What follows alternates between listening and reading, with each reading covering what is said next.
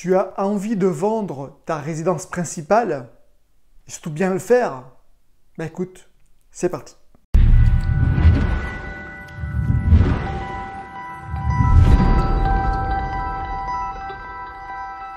Alors avant toute chose, si tu ne me connais pas, je m'appelle Stéphane, j'habite proche de Lyon et je suis un investisseur immobilier maintenant depuis plusieurs années. Et mon métier, je vis totalement de mes rentes immobilières. Tu as envie de vendre ta résidence principale ou peu importe, une résidence secondaire ou un bien immobilier, peu importe. Je vais te proposer mes 5 clés pour bien vendre. La première clé que malheureusement je ne vois pas souvent, c'est un rangement nickel de ton appartement ou de ta maison. Mais que ce soit nickel classe. Il n'y a pas une petite cuillère qui traîne, il n'y a pas... faut que ce soit fait le ménage, il n'y a pas une poubelle ou une éponge qui traîne. Enfin voilà. Pourquoi, tu vas me dire? Et tout simplement pour le deuxième point. Il faut quand on rentre, enfin en tout cas quand on voit les photos, c'est pour ça que ça va être sur le deuxième point, mais il faut que la personne se dise « Waouh, c'est classe, c'est clean, je prends mes valises, j'arrive. » Ou alors je pourrais...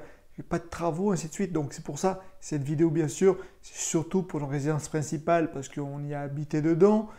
C'est pas pour un bien immobilier qui est totalement nu, où là on va vendre comme ça, et là c'est quand même moins important les photos. Mais bon, passons. Je t'ai parlé du rangement dans le premier point, aussi tu peux faire des ordres de mise en scène. Un exemple, sur ta table, tu peux mettre 6 assiettes. Les personnes vont se dire, ah ok, on peut bien manger à 6 personnes. Ça permet de projeter. Donc, essaie de faire ça. Et après, tu vas me dire, oui, mais bon, d'accord, mais je peux mettre que 3 photos sur le bon coin. On va en parler tout de suite. Le deuxième point, le plus important, et pour moi, c'est le point le plus vital, parce que quand la personne va voir l'annonce, les X annonces, il faut qu'elle se dise tout de suite, waouh, c'est bien. Ah ouais, non, mais là, je suis trop bien. Ah ouais, mais il faut que j'aille voir, je vais cliquer dessus. Donc ça, c'est hyper important. Donc les photos, si tu passes par un professionnel, tant mieux. Alors attention aux professionnels. Il y a des professionnels, malheureusement, qui ne sont pas capables, en tout cas qui ne connaissent pas les astuces pour bien prendre des photos dans un appartement ou dans une maison. J'ai déjà fait l'expérience. C'était une excellente personne pour des portraits. Par contre, pour des appartements, il n'avait pas les astuces. Donc c'est pour ça, attention, si tu prends un photographe professionnel, même amateur, peu importe, il faut qu'il se connaisse bien dans les photos en immobilier. Si tu mets ton annonce sur le bon coin ne prend que 3 photos. Ça ne sert à rien que tu payes plus, ainsi de suite. Je te donnerai après une méthode pour montrer plus de photos. Mais les 3 photos, et surtout une, la principale, celle que la personne va voir, il faut qu'elle soit, mais waouh, en disant waouh. Donc un exemple, moi, à l'heure actuelle, je vends cet appartement.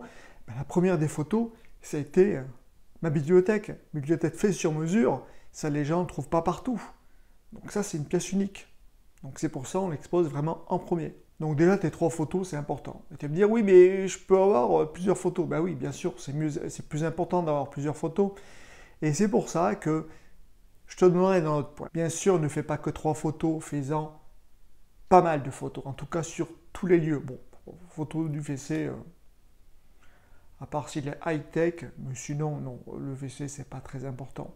Par contre, toutes les autres pièces, si. Le troisième point, c'est la mise en avant de l'annonce.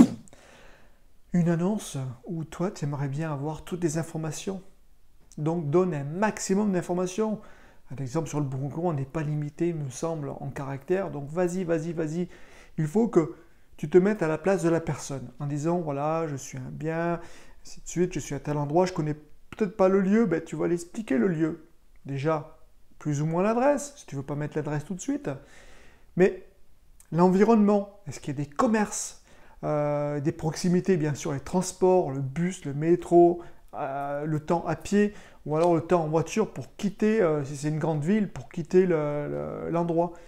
Tous ces trucs-là, c'est hyper important. Si c'est une place de garage, si c'est un grand garage ou un petit garage, ça aussi pareil, ça permettra d'éviter des visites qui seront totalement inutiles. Tu vas aussi cibler peut-être des personnes en particulier. Si c'est un grand appartement, donc ça va être une famille. Donc, regarde les écoles.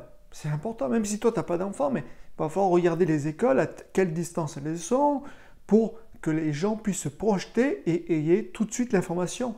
S'ils ont l'information, dire oh, c'est pas mal, on a tout, ben, on va visiter. Voilà, ça c'est top. Après, j'ai une petite astuce pour les annonces. C'est tu mets ton téléphone ou pas ton téléphone. Donc, imaginons que tu ne mettes pas ton téléphone.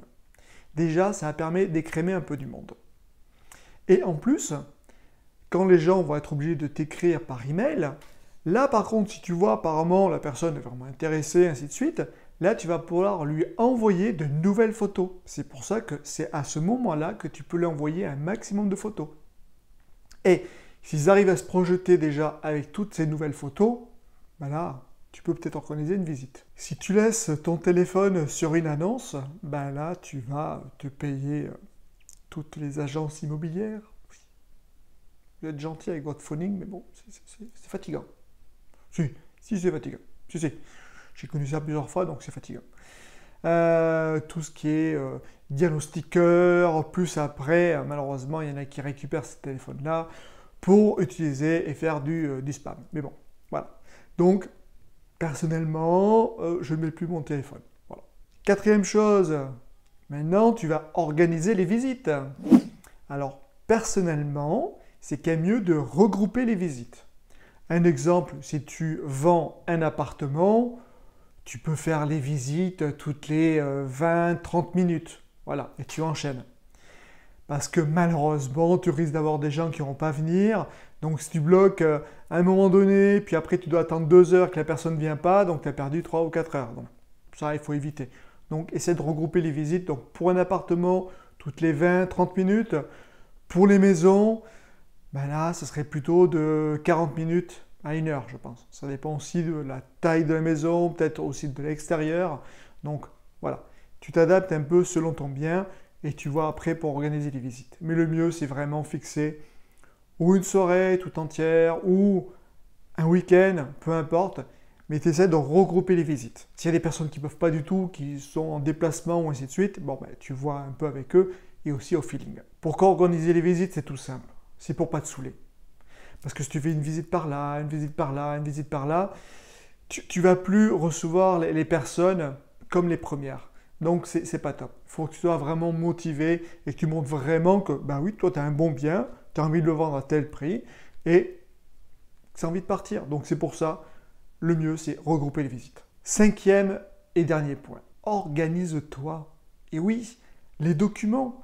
Quand la personne va venir, ben, elle aimerait bien peut-être partir avec un plan pour se projeter, pour voir si son mobilier va pouvoir rentrer. Si tu n'as pas prévu tout ça, ben, tu vas perdre du temps. Et peut-être lui, il aura déjà fait peut-être une autre visite en disant ben, moi j'ai le plan, ben, c'est bon, je projetais et j'achète l'autre. Et tu as raté la vente. C'est un petit peu dommage. Donc, personnellement, le mieux, tu prévois une feuille A4 où là tu as dessiné ou via un DPE, peu importe, même si ce n'est pas vraiment hyper précis, mais essaie de faire au moins un plan avec les mesures afin qu'il puisse se projeter. Donc toutes ces mesures-là, tu peux marquer aussi les renseignements particuliers, bien sûr tes coordonnées. Donc voilà ces 5 points. J'espère que tu vas les suivre pour les prochaines ventes que tu vas faire. Et n'hésite pas à me mettre en commentaire, mais si toi tu fais ça ou tu fais autre chose, en tout cas je serai très intéressé à savoir. J'espère que cette vidéo t'a plu et je te dis à bientôt pour de prochaines vidéos. Salut!